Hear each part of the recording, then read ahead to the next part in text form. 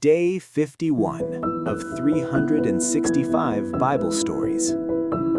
When Joseph's family arrived in Egypt, he brought them before the king. The king asked his brothers, "What do you do for a living?" They replied, "We are shepherds.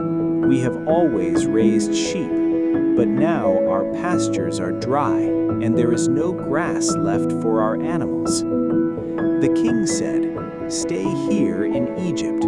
The land of Goshen has green grass and rich soil. You may raise your flocks there, and I will even put you in charge of some of my own animals."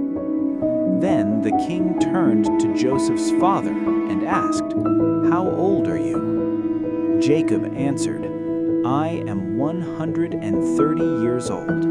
I have moved from place to place all my life, just as my parents and grandparents did." Then Jacob placed his hands on the king and blessed him. After that, Joseph settled his family in Goshen. He gave each brother land and made sure every family had more than enough to eat. Join me tomorrow as we continue this journey through the Bible.